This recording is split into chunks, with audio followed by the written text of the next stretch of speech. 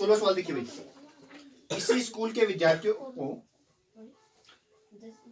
16 सवाल, किसी स्कूल के विद्यार्थियों को उनके समग्र शैक्षणिक प्रदर्शन के लिए 7 नगद पुरस्कार देने के लिए 700 की धनराशि रखी गई है।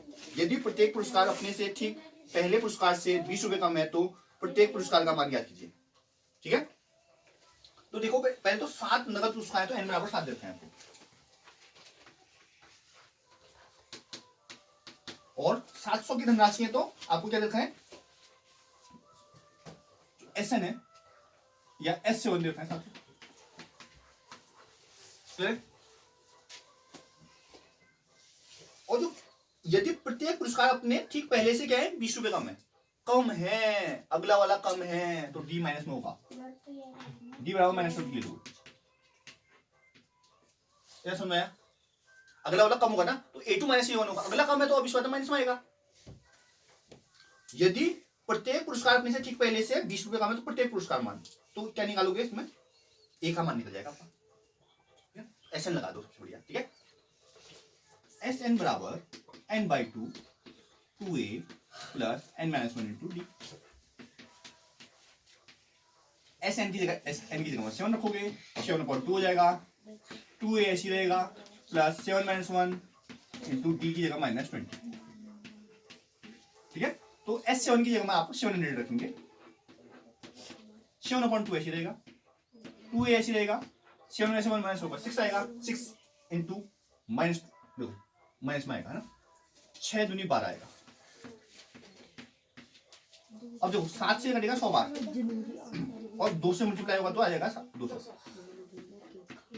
2A माइनस 120, तो 2A बराबर कितना हो जाएगा, 200 में से 120 टूट जाएगा, 2A बराबर आ जाएगा 320, तो A बराबर 320 होते थे जो कि 160 है। तो प्रथम पुरस्कार कितना हो गया,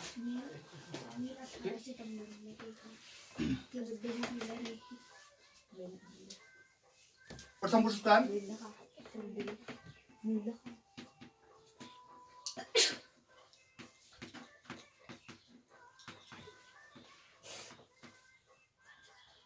160 और 20 रुपए कम है तो द्वितीय हो जाएगा 20 कम, द्वितीय हो जाएगा 160 में से 20 कम हो जाएगा, तो ऐसे तृतीय कितना हो जाएगा 140 में से 20 कम 120। फिर चौथा, पांचवा, छठा, होगा, चौथा, पांचवा, छठा, सातवां क्या हो जाएगा 100, 80, 60। ठीक है, ना तो 2 2 4 2 6 हुए भी 160 140 120 100 80 60 40 भी होगा सब लोग, पूरा नहीं होने 40 भी, तो कोई डाउट है बोलो इस सवाल में।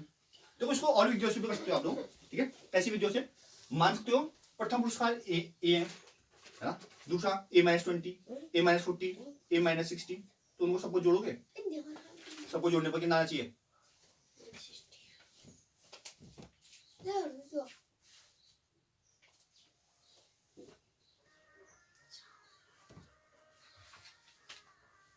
ठीक है, कोई डाउट, तो अलग अलग वीडियो से कर सकते हो। ये वीडियो वैसे आसान है, समझ में आया नहीं आया बताओ पहले,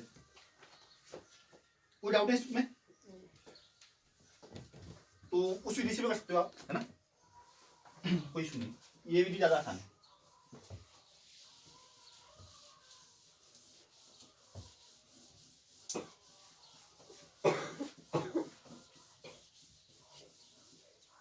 अब देखिए 17वां सवाल। ठीक है, 17वां सवाल बोल रहा है, एक स्कूल के विद्यार्थियों ने वायु प्रदूषण कम करने के लिए स्कूल के अंदर और बाहर पेड़ लगाने के बारे में सोचा।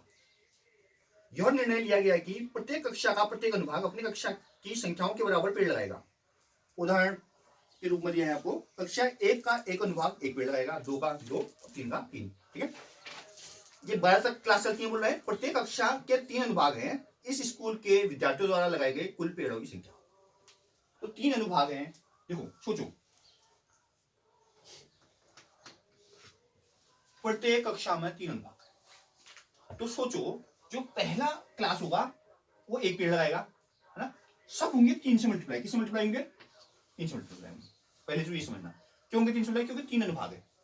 तो सीरीज क्या चलेगी, पहला एक लगाएगा, 2 लगाएगा, तीसरी क्लास वाले 3 पेड़ लगाएंगे, चौथी क्लास वाले 4 लगाएंगे, 12वीं क्लास वाले कितने लगाएंगे, 12 लगाएंगे। 3 से मल्टीप्लाई क्यों होगा, 3 से मल्टीप्लाई इसलिए होगा बच्चे क्योंकि अनुभाग कितने हैं, 3। तो पहली क्लास में देखो पहला अनुभाग 1 पेड़ लगाएगा, दूसरा अनुभाग भी 1 पेड़ लगाएगा, तीसरा अनुभाग, टोटल 3 पेड़ हो जाएंगे ना। ऐसे दूसरी वाले में भी पहला अनुभाग 2, दूसरा अनुभाग 2, तीसरा अनुभाग 2 पेड़। तो मल्टीप्लाई करोगे तो 3 2 जा 6, 3 3 जा 9, 3 4 जा 12। समझ आया, शो ऑन कहां तक जाएगा, बटन ये चलेगी सीरीज। अब इसमें क्या निकालना है अपने, कुल कितने पेड़ लगाने, देखो क्या बोल रहा था सवाल, लगाए एक कुल पेड़ों की संख्या ऐसे निकालोगे।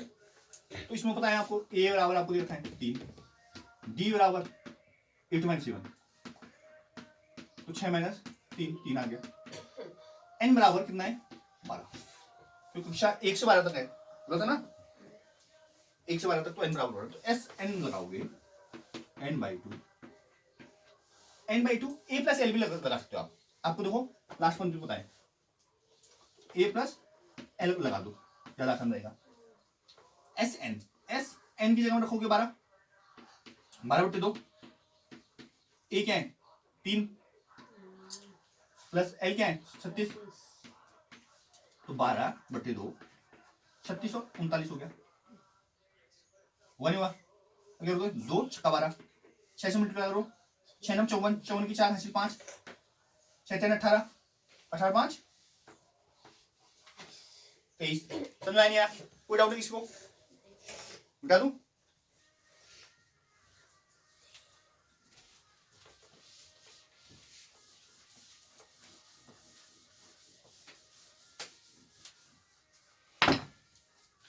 अठारह सवाल बोल रहा है।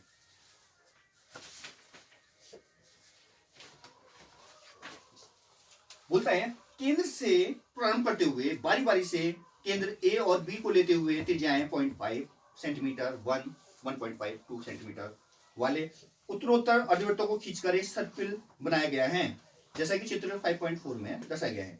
13 क्रमागत अर्धवृत्तों से बने इस सर्पिल की कुल लंबाई क्या है। देखो इसको, ये सवाल पढ़ने से इंपोर्टेंट है, इस सवाल को समझना, ठीक है। इसको समझाता हूं पहले मैं आपको, ठीक है। सामने देखिए बच्चे, यहां से स्टार्ट हो रहा है,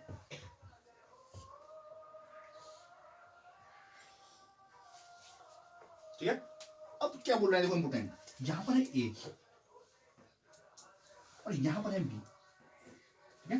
क्या कर रहा है वो, यहां से एक चाप खींच रहा है, फिर दोबारा यहां से खींच रहा है, पर आधा सेंटीमीटर बढ़ा दे रहा है। पहले ये आधा सेंटीमीटर का चाप खींच रहे हैं, यहां से ले रहा है आधा सेंटीमीटर का चाप खींच रहा है, ठीक है। ये फिर यहाँ केंद्र चेंज कर रहा है, फिर आधा बढ़ा दे रहा है, आधे में आधे जोड़ेगा 1 हो जाएगा, फिर दोबारा यहाँ आ रहा है और आधे में 1 में आधा फिर जोड़ दे रहा है, तो क्रमशः वो आधा सेंटीमीटर बढ़ा रहा है। बोला ना उसने, आधा सेंटीमीटर, 1 सेंटीमीटर, 1.5 सेंटीमीटर, 2 सेंटीमीटर ऐसा करता है।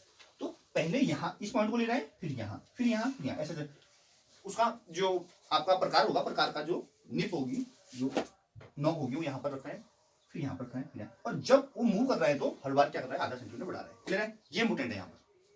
तो तुम याद रखना हमेशा कितने दूरी मतलब तय की बोल रहे हैं ना, बोले सर्कुलर की कुल लंबाई पूछ रहा है, ठीक है। कुल लंबाई याद रखना परिधि के बराबर होगी, किसके बराबर होगी, परिधि होती है वृत्त की 2πr, चूंकि ये अर्धवृत्त बनना है, अर्धवृत्त बनना है, ये वृत्त आधा वृत्त है जो 0.5 सेंटीमीटर, ये जो आधा वृत्त है वो 1 सेंटीमीटर, फिर ये जो दूसरा अगला आधा है वो 1.5 सेंटीमीटर, 2 सेंटीमीटर, 2.5 सेंटीमीटर, अलग अलग त्रिज्या का है ना। तो अगर वृत्त की परिधि 2πr तो अर्धवृत्त की परिधि πr हो जाएगी, आधा हो जाएगा ना वृत्त का।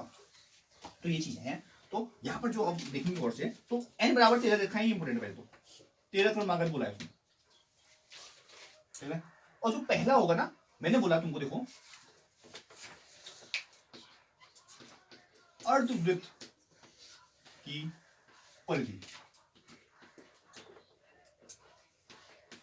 2πr/2, वृत्त की परिधि का आधा, तो जो कि πr के बराबर होगा, ठीक है। तो अब सीक्वेंस क्या बनेगा, ध्यान देना। पहले वृत्त के लिए हो रही है त्रिज्या 0.5, तो सीक्वेंस में लिखिए 0.5, और चूंकि पाई बीच है तो पाई ये होगा ना। दूसरा क्या होगा 1 पाई, 1.5 पाई, 2 पाई, सो ऑन। क्लियर है? अब यहां पर निकालोगे आप ऐसे, ए आपको बता दिया,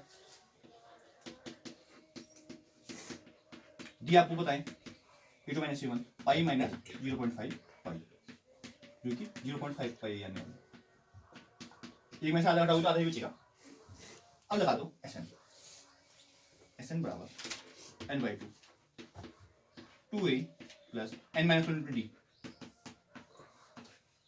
s कितना है 13/2 2a 2 इंटू a क्या है 0.55 plus n minus 1 13 minus 1 13 minus 1 है ना। और d पाई का मान लास्ट में रखेंगे, ठीक।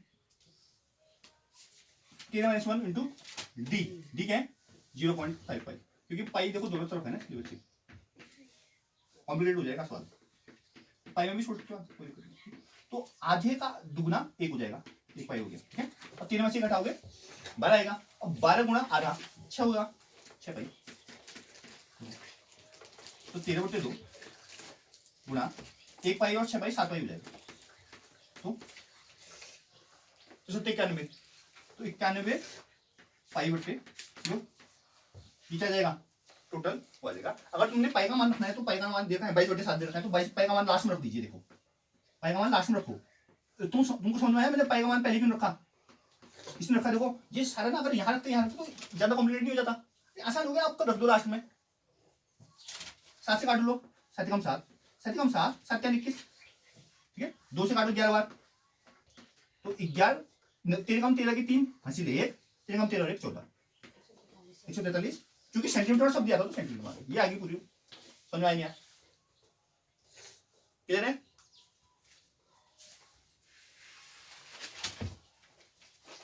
अब ये 18वां सवाल भी हो चुका है, अब 19वां सवाल पूछा गया है।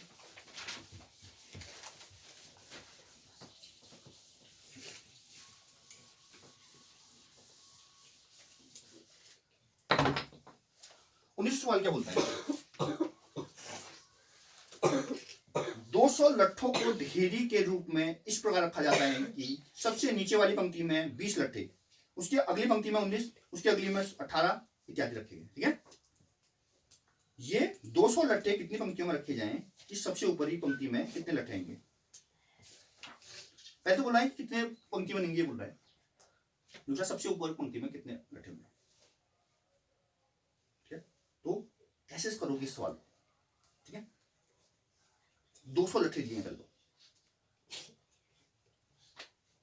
ठीक है। तो ये 200 होंगे क्या, योग होगा, क्या होगा Sn होगा भाई। लट्ठों का योग होना चाहिए नहीं होना चाहिए 200 बताओ। सबसे नीचे वाली पंक्ति में 20 लट्ठे हैं, तो नीचे से स्टार्ट हो रहा है, तो नीचे से स्टार्ट करो तो नीचे से ए मानना चालू हो तो ज्यादा आसान होगा। पहली पंक्ति ए है मान लो, ए बराबर क्या मान लो,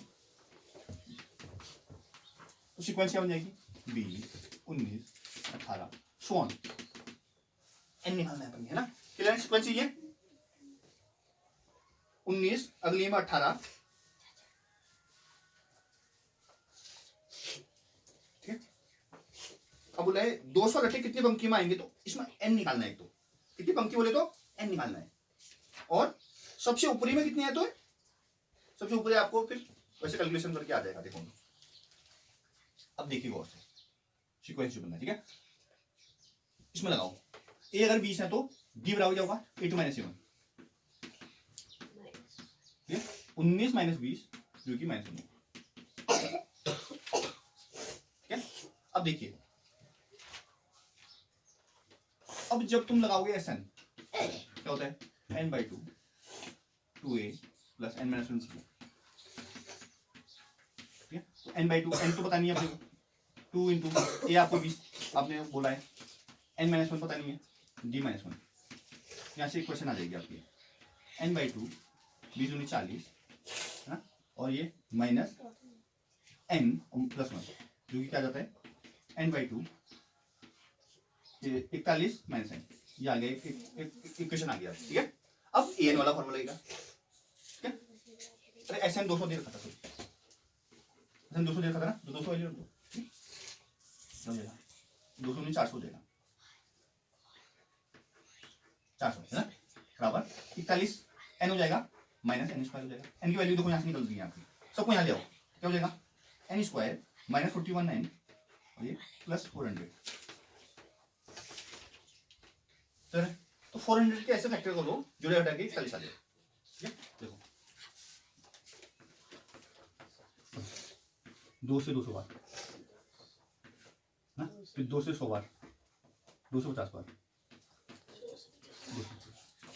अब देखो गौर से 2 दूनी 4 दूनी 8 दूनी 16, 16 और 25 हो गया भाई, 16 में 25 जोड़ो कितना आएगा 41, आएगा नहीं आएगा, तोड़ दो, क्या करोगे माइनस, आपको क्या करने हैं 400 के ऐसे फैक्टर करने जुड़े हटा के माइनस 41 आए, तो क्या करोगे माइनस में उतर आ रहा है, तो बड़ी संख्या देखो दोनों माइनस में होनी चाहिए क्योंकि माइनस तभी तो प्लस होगा, तो 16 गुणा 25 करोगे, ये आएगा माइनस 16 माइनस 25 करोगे तो आएगा नहीं आएगा, ये यहाँ पर लॉजिक लगाएगा, एन स्क्वायर से लेगा माइनस 16 एन माइनस 25 प्लस 400 बराबर, ठीक है। अब लगाएंगे जोड़े, ठीक है, और ये क्या जोड़ा,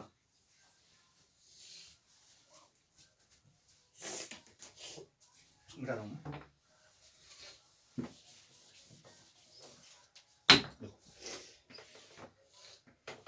ठीक है। अब देखो जुड़ा लेगा तो यहां से क्या कॉमन आएगा n कॉमन आएगा, क्या बचेगा n बचेगा यहाँ पर, और यहाँ पर 16 बचेगा माइनस में, यहाँ क्या होगा माइनस 25 कॉमन आएगा, माइनस 25 जब कॉमन आएगा वहां बचेगा n और वहां 16 बचेगा, क्यों बचेगा 16, इसलिए बचेगा बच्चे 25 से भाग दोगे 400 में तो 16 आएगा, क्योंकि अभी फैक्टर हमने किए थे 400 कैसे आ रहा था 16 गुणा 25 और 20 वाला भाग दोगे वही आने वाला है, क्यों अब ये सेम आने चाहिए तो जो क्या आ रहे हैं अपने, तो n माइनस 16 आ रहा है और एक n माइनस 25 बराबर 0 हो रहा है, तो एक या तो n बराबर n माइनस 16 बराबर 0 होना चाहिए, n बराबर क्या आएगा 16, ठीक है। और दूसरी बात जब अब अपन क्या करेंगे n माइनस 25 बराबर 0 करेंगे, n बराबर क्या हो जाएगा, परंतु